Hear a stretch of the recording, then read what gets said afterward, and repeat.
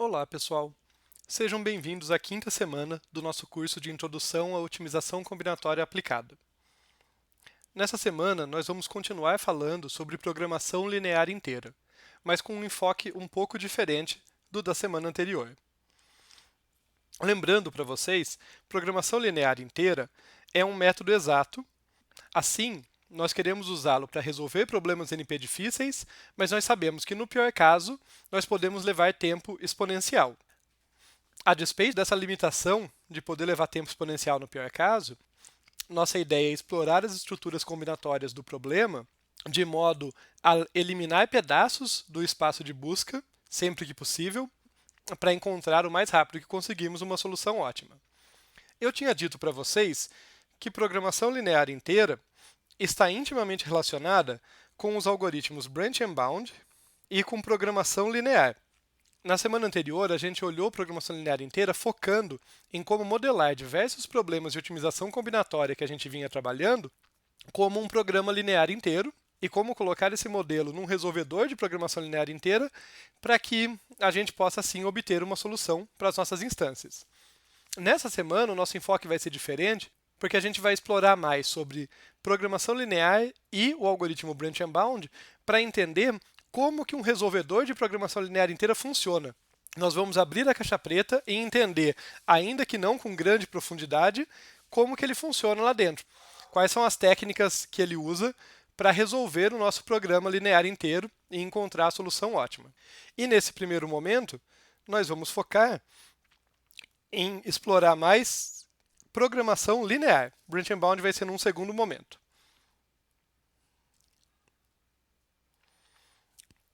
Assim, lembrando vocês do que trata a programação linear, que a gente viu brevemente lá na primeira semana do curso. Programação linear é um modelo matemático para descrever problemas de otimização. Notem que eu não estou falando de otimização combinatória aqui. Por quê? Porque o conjunto de variáveis de um programa linear tem domínio real, são variáveis reais, e não discretas, como acontece com os problemas combinatórios. Além disso, nós vamos ter um conjunto de restrições, que são inequações lineares, e uma função objetivo, que é uma expressão linear. O fato de que as nossas restrições são inequações lineares e a nossa função objetiva é uma expressão linear é que dá o nome de programação linear para essa abordagem.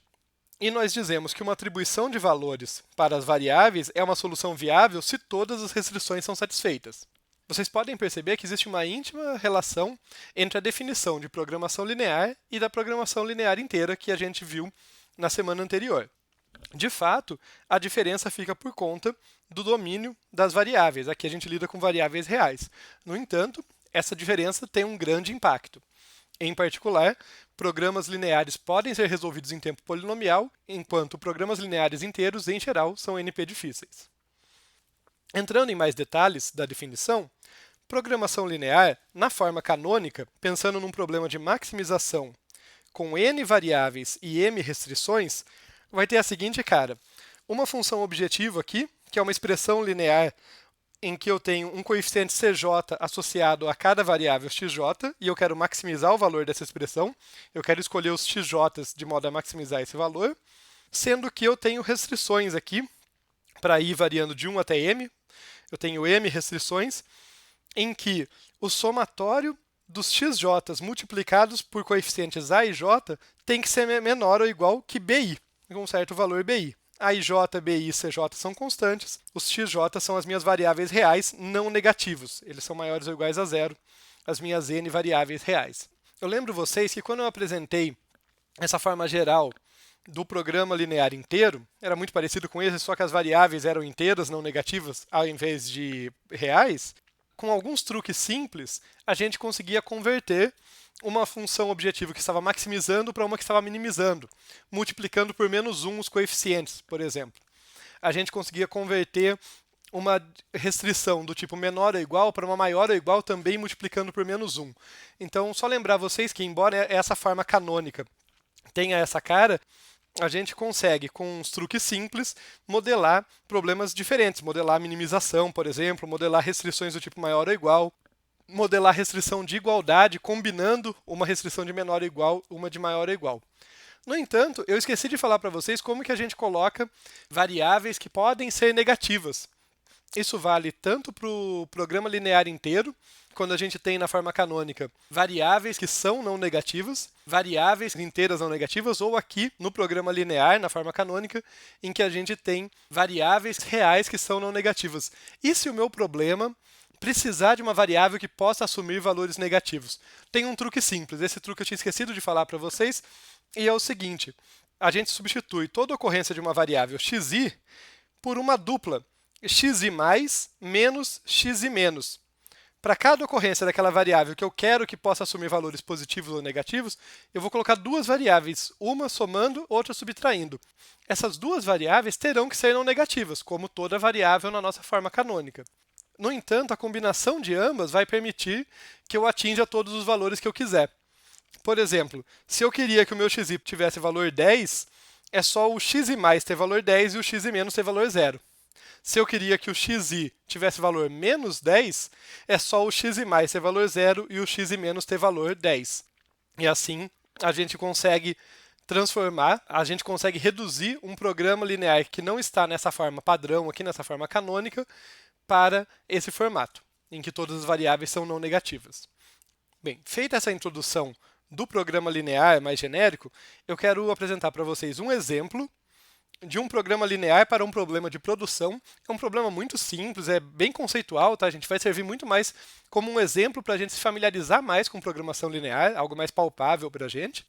E para a gente conseguir visualizar esse programa linear graficamente, porque ao longo desses próximos vídeos, para a gente entender melhor o funcionamento da programação linear, eu vou sempre mostrar para vocês uma relação entre a álgebra e a geometria, entre o que está acontecendo algebricamente, afinal, o nosso programa linear ali ele é definido algebricamente, e geometricamente, para a gente ter uma intuição do que está acontecendo, o que significa geometricamente aquilo. Para começar, vamos pegar esse programa linear. Vamos focar aqui primeiro na esquerda, a gente já vai para um plano cartesiano ali para ganhar uma intuição. Mas esse meu programa linear para produção, ele quer pegar a seguinte ideia. Eu tenho aqui uma pequena fábrica que produz dois tipos de itens, dois tipos de chocolate, sei lá. Cada unidade do chocolate do tipo 1 me dá 1 de lucro. E cada unidade do tipo 2 me dá 2 de lucro. É por isso que na função objetivo, eu tenho aqui 1 vezes x1 e 2 vezes x2, indicando para mim quanto de lucro que eu vou ter de acordo com a produção que eu tiver dos meus chocolates. Agora, eu tenho algumas restrições, porque eu não tenho, por exemplo, meios para produzir infinitamente. Eu não tenho insumos suficientes para produzir tanto chocolate quanto eu quiser. Então, digamos que tem um ingrediente que vai corresponder à minha primeira restrição. Eu tenho um ingrediente que só vai no chocolate do tipo 1 e eu só tenho 7 unidades desse ingrediente. Então, eu não consigo produzir mais do que 7 unidades desse chocolate. Por isso, eu vou ter restrição x1 menor ou igual a 7, e eu vou chamar essa restrição de alfa. Vocês já vão ver por que isso vai ser útil. Eu vou associar ela com a letra alfa e com a cor azul. Isso vai facilitar a nossa vida ali na visualização dos dados. De modo semelhante, tem um outro insumo, uma outra matéria-prima, que só vai na produção do chocolate do tipo 2 e que eu tenho e que o meu estoque possui apenas 5 daquele item, me permite produzir apenas 5 do chocolate do tipo 2. E esse item não é usado no chocolate do tipo 1. Então, eu tenho ali que x2 é menor ou igual a 5. E aqui vai ser minha restrição do tipo beta.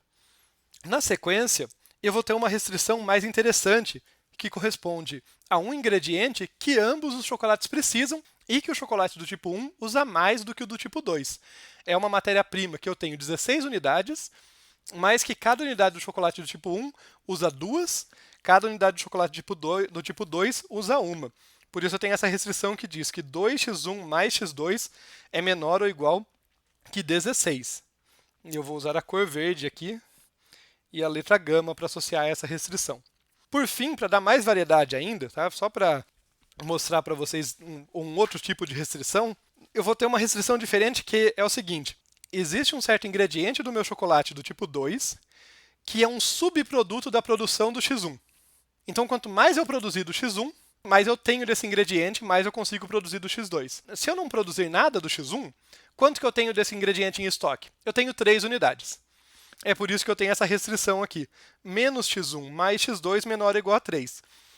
Quer dizer, ela é uma restrição parecida com a restrição beta para o x2. x2 é menor ou igual a 3. Mas quando eu produzo x1, como subproduto libera esse ingrediente que permite que eu produza mais o x2. Então, menos x1 mais x2 menor ou igual a 3. E eu vou chamar ele de delta. É a minha restrição delta.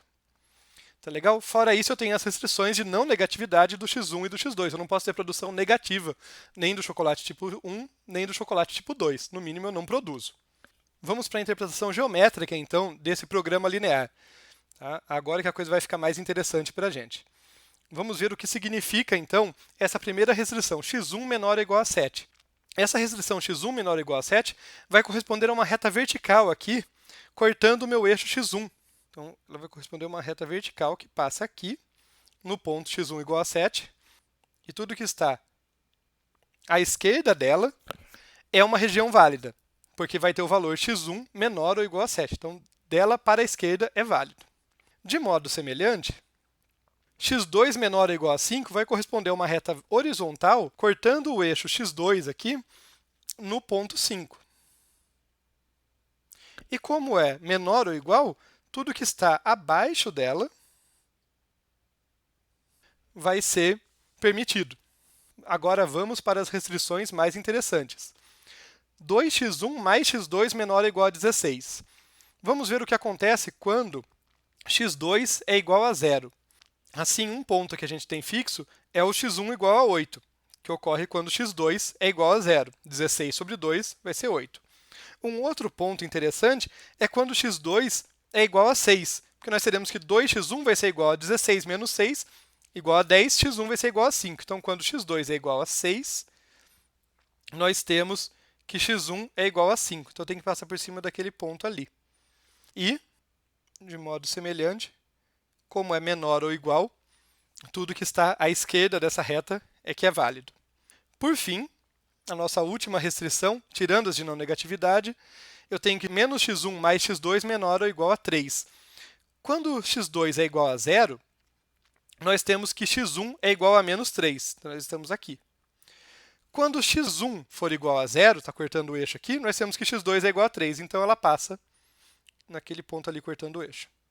E tudo que está à direita dela vai ser válido.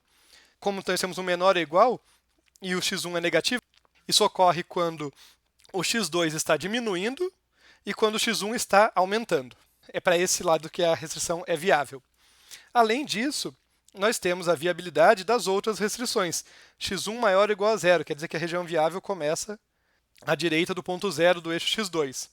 E x2 maior ou igual a 0, a região viável vai ser para cima do eixo x1. Assim, a gente consegue definir a região viável do nosso problema. Eu vou destacar ela aqui para vocês. Claro que não perfeitamente, porque falta um tanto de habilidade, mas essa região aqui, interna,